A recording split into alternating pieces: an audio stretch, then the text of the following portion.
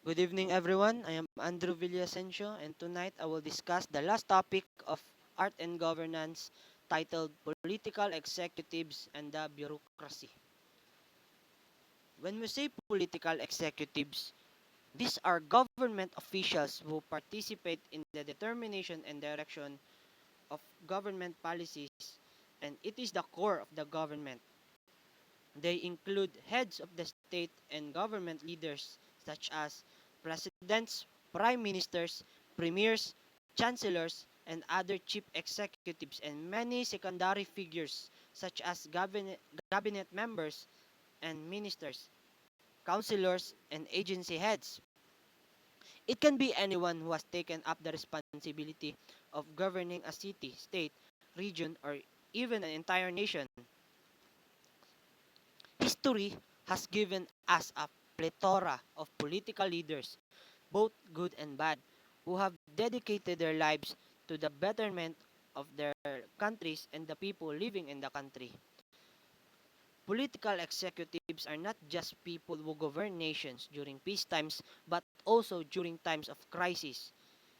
They are people who are responsible for making and implementing strategies and policies meant to better serve the interests of the country they govern.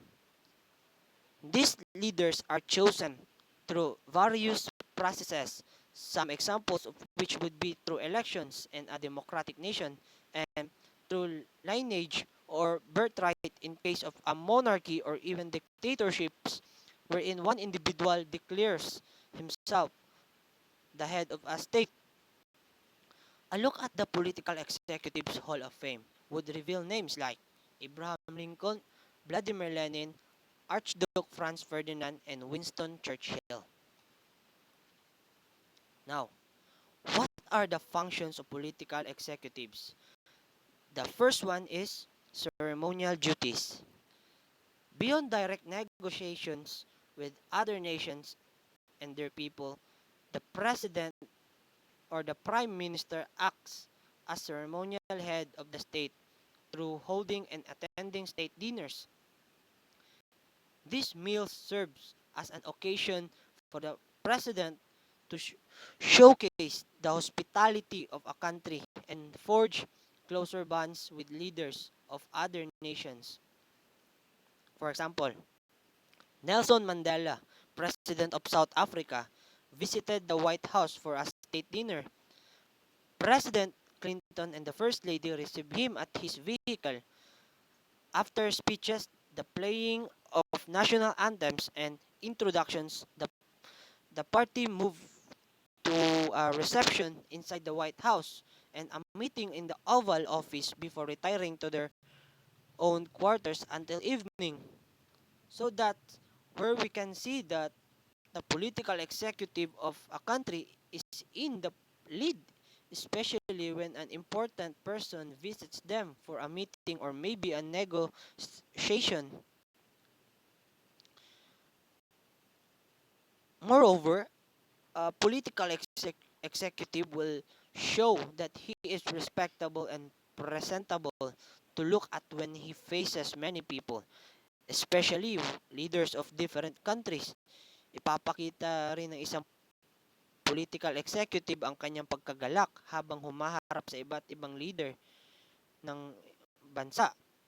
Kailangan din niyang ipakita ang kanyang sinseridad habang nagsasalita sapagkat ito ang unang mapapansin ng ibang leader na kung saan ito'y kanilang titingnang mabuti kung mapagkakatiwalaan ba at pwede maging kaalyado. So that's his ceremonial duties. The next one is control of policy making. One of the primary function of political executive is to enforce laws and to maintain law and order in the state. Whenever a breach of law takes place, it is the responsibility of the executive to plug the breach and bring the offenders to book. Each government department is responsible for the implementation of the laws and policies concerning its work. For maintaining law and order in the state, the executive organizes and maintains the police force. Policy is prior to every action. It is prerequisite to all management. It is the policy which sets the task for administration.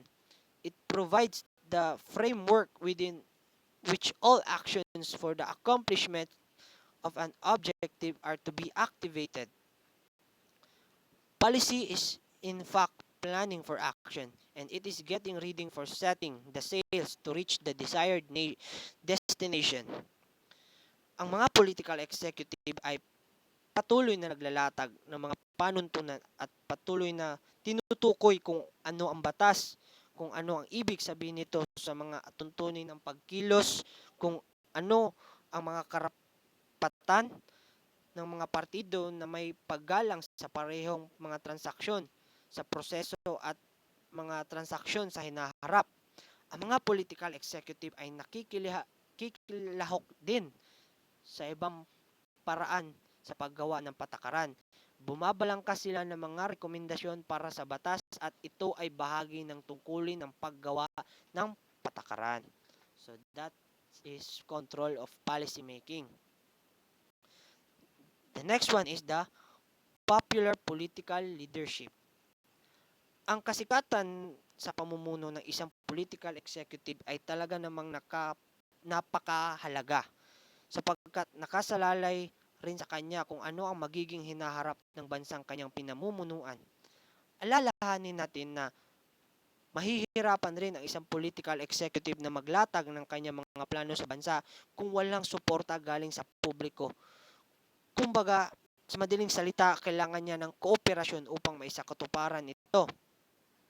Ang kanyang husay sa pamumuno ang siyang magdadala upang makilala siya ng sambayanan na kung saan makikita nila ito bilang kanilang pag-asa upang matamo ang hinahangad na kalayaan at kasaganahan. Halimbawa na lang ng ginawa ni Mahatma Gandhi na siyang namuno sa bayan niyang sinilangan upang hindi na sila gagambalain pa ng mga British. Way back in the history of this man, he's only spiritual leader na kung saan itinalaga siya upang maging ministro de independensya para patalsikin ang mga Briton sa kanilang bayan at gumawa agad ng hakbang upang maging maganda ang hinaharap ng bansang kanyang sinilangan, which is India. Political executives are the key figures of their nation, and God gave them a special grace to make a nation or the world a happier place. So that's the popular political leadership. So next is crisis response. Ang political executive mismo ang siyang nangunguna pag mayroong krisis tulad ng pandemya, pagbagsak ng ekonomiya at mga natural na sakuna tulad ng pagbaha at paglindol. Agad itong inaaksyonan ng isang political executive para hindi na lumala pa at para kahit papaano ito'y maagapan upang hindi makaranas ang kanilang mga nasasakupan ng matinding hirap at pighati na dulot ng isang krisis. Kapag nakaranas ng isang matinding krisis ang isang bansa, ang political executive ay magpapatawag ng isang pagpupulong upang hinga ng mga ideya at suhestyon ang kanyang gabinete kung paano nila malalagpasan ang matinding pagsubok na ito. When it comes to responding to a crisis, there are leaders who for me are dominant when it comes to this matter, like Prime Minister Shinzo Abe of Japan, na kung saan nakagawa agad siya ng hakbang kung paanong ibangon muli ang kanyang bansa mula sa matinding kalamidad tulad ng tsunami at lindol na kumitil sa libu-libong mga tao sa kanilang bansa at halos mabura na sa mapa ang bansang Japan dahil sa pangyayaring iyon. Isa pang pinuno na para sa akin ay nangingibabaw ay si Prime Minister Jacinda Ardern ng New Zealand na kung saan nagawa niyang mapa-COVID-19 free ang kanyang bansa within 3 months. At ang mas nakakabilib pa doon ay siya ang kauna-unahang leader na nakagawa nito sa maikling panahon. Tapos, isa pa siyang babae. So, dyan pa lang makikita natin ang direkta nilang pagresponde upang ibalik sa tamang ayos at para maging prosperous ulit yung bansang kanilang pinamumunuan. The next one is maintenance of internal peace and order. When internal peace and order are maintained, executives will continue to run smoothly without any delay. Moreover, they can be a savior for many who do not wish to engage in any disrupting activities or more. In other words, while conflicts destroys and disrupts, peace builds and strengthens as well as restores. Moreover, peace is personal, which helps us achieve security and tranquility and avoid anxiety and chaos to make our lives better. Political executives has many ways in which we can maintain peace and at different levels. To begin with humankind, it is essential to maintain equality, security, and justice to maintain the political order of any nation. Further, they promote the advancement of technology and science, which will ultimately benefit all of humankind and maintain the welfare of people. In addition, introducing a global economic system which will help eliminate divergence, mistrust, and regional imbalance. I hope it must be everyone's noble mission, not only by political executives, to promote peace by expressing its contribution to long-lasting well-being factor of everyone's lives. Thus, we must all try our level best to maintain peace and order. So that's the functions of political executives. Now, who are the political executives? Who has the power on it and who leads? The first one is the president. The role of the president as chief executive is a complex matter because it covers a wide area of responsibility and involves many government agencies and offices that the president is responsible for overseeing. The history of chief executive starts, if I am not mistaken, in the Constitution with Article 2, Section 1. Executive power shall be vested in the president of a country. This did not create the rule, although it was a front runner to it. Executive power is understood to mean seeing the laws are executed. This would be a hard task for one person to accomplish in a newly formed government, let alone and in, today's political world. A president must possess many skills and abilities, for he is the chief officer of a nation, and he is entrusted with the direction and administration for its policies. This is a very serious and important position in which the person who assumes that role must be capable of performing at the highest level of capability. The president must possess people's skills, which is the ability to respond appropriately to every situation in appropriate and efficient manner. So that is the president. The next one is the prime ministers. In the political parliamentary system, the prime minister wields the executive responsibility. He is accountable for an assortment of administrative, managerial, and supervisory decisions in effect across the country. The executive role is the branch of government that is generally responsible for creating laws and enforcing the regulations, ensure the laws are observed.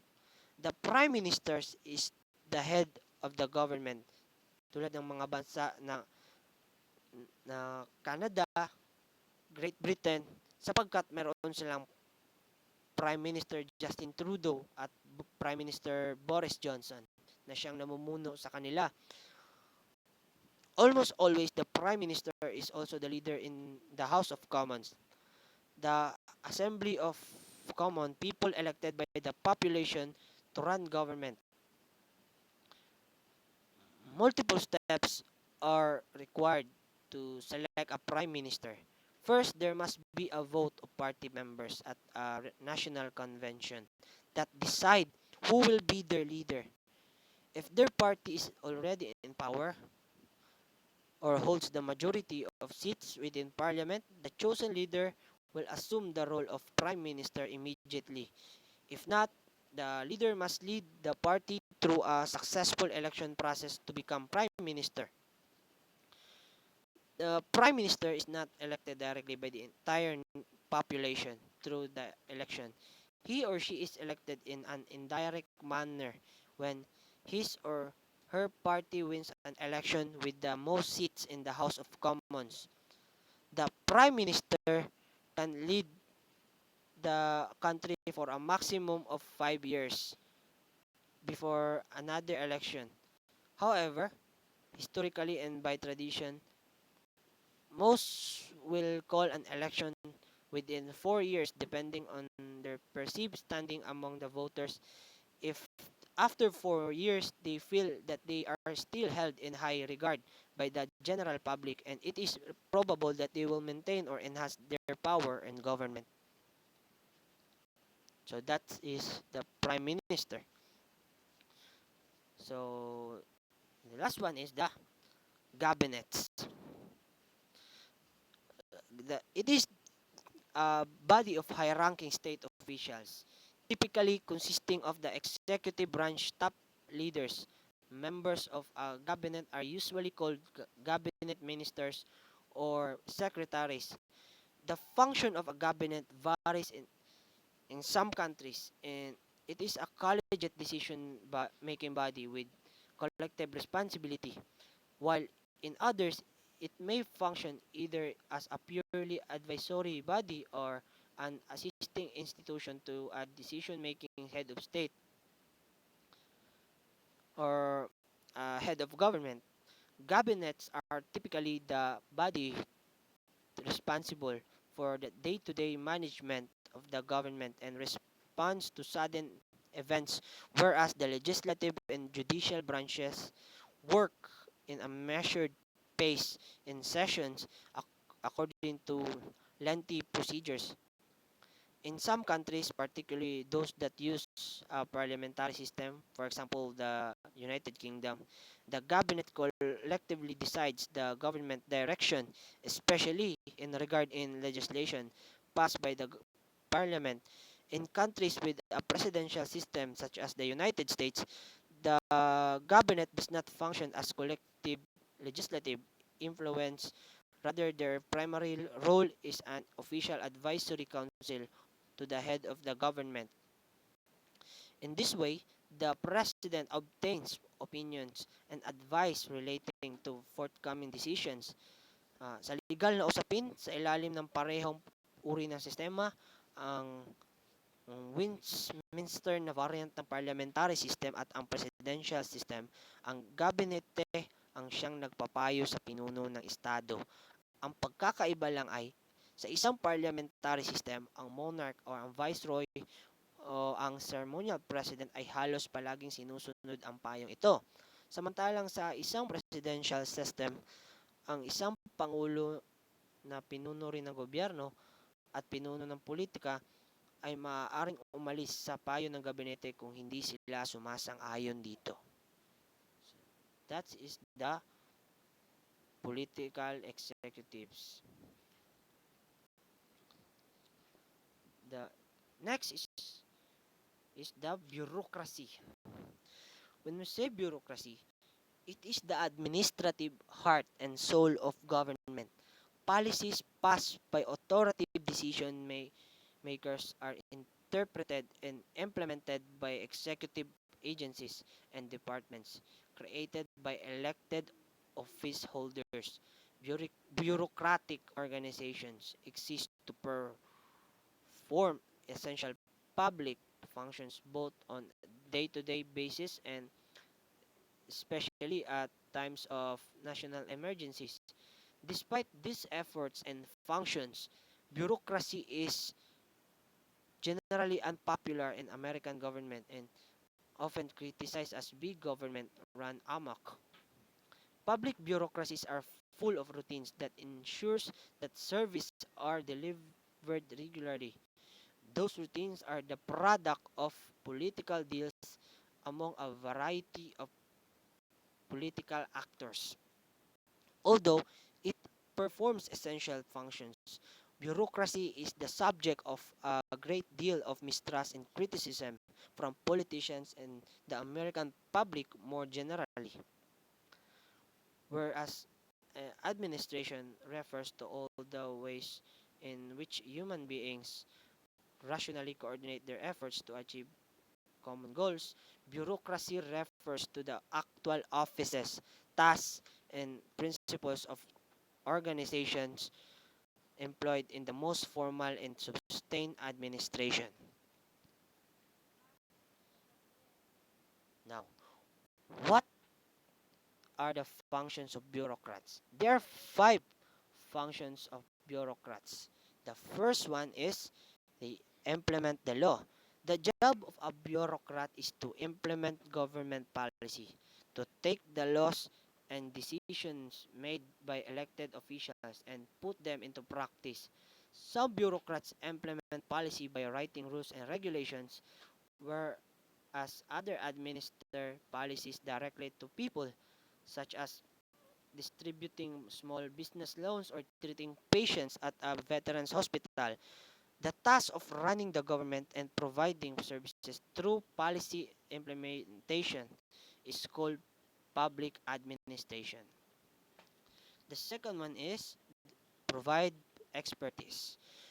Bureaucrat is the expert for a particular policy issue because he or she has some particular form of technical training relevant to the matter in hand or has particular expertise that comes of familiarity with the policy area.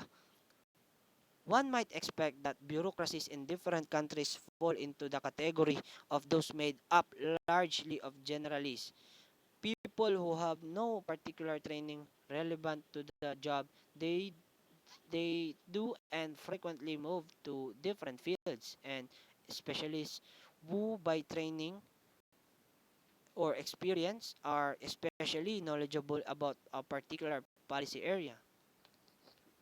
So the third one is provide research and information to the president. Napaka-importante ng trabahong ito sa isang bureaucrat sapagkat nasa kanya din nakasalalay ang mga dapat gawin at tapusin ng isang presidente sa pamamagitan ng pagbibigay ng mga impormasyon at pananaliksik kung paano mabigyan ng mga solusyon ang bawat problema, lalo na kapag mayroon tayong kinakaharap na krisis. They report directly to the president and helps a wide range of executive departments and agencies across the government to implement the commitments and priorities of the president. So the fourth one is they provide research and information to Congress. They operate within the Library of Congress. It works primarily and directly for members of Congress and their committees and staff on a confidential, non-partisan basis. They sometimes known as Congress think tank due to its broad mandate of providing research and analysis on all matters relevant to national policy making. They work exclusively for Congress, providing timely, objective, and authoritative research and analysis to committees and members of the House of Representatives, regardless of policy party affiliation. As they work in the Library of Congress, it has been a valued and respected resource for more than a century. So the last function is the quasi-judicial powers and responsibilities. They independently make policy and exert power, legislating by rulemaking, executing by implementation, and adjudicating by hearing complaints, prosecuting cases and judging disputes, enacting laws setting forth broad goals with little idea of how to get there. They get publicity in the media and take credit for addressing a problem and pass to questions on how to solve the problem to the bureaucracy. The bureaucracy makes policy through implementation, the process of applying general policies to specific cases in order to put legislation or rules into effect, or applying general policies into given cases. Agencies transform abstract legal language into specific plans and organizational structures. They are rarely simple tests to assess how faithfully they they to do this. So even the lowliest bureaucrat wields power through implementation. They decide which person to grant asylum in the country, and also they decide which tax returns to audit. So that's all my report about the political executive and bureaucracy. Thank you for listening, and God bless us all.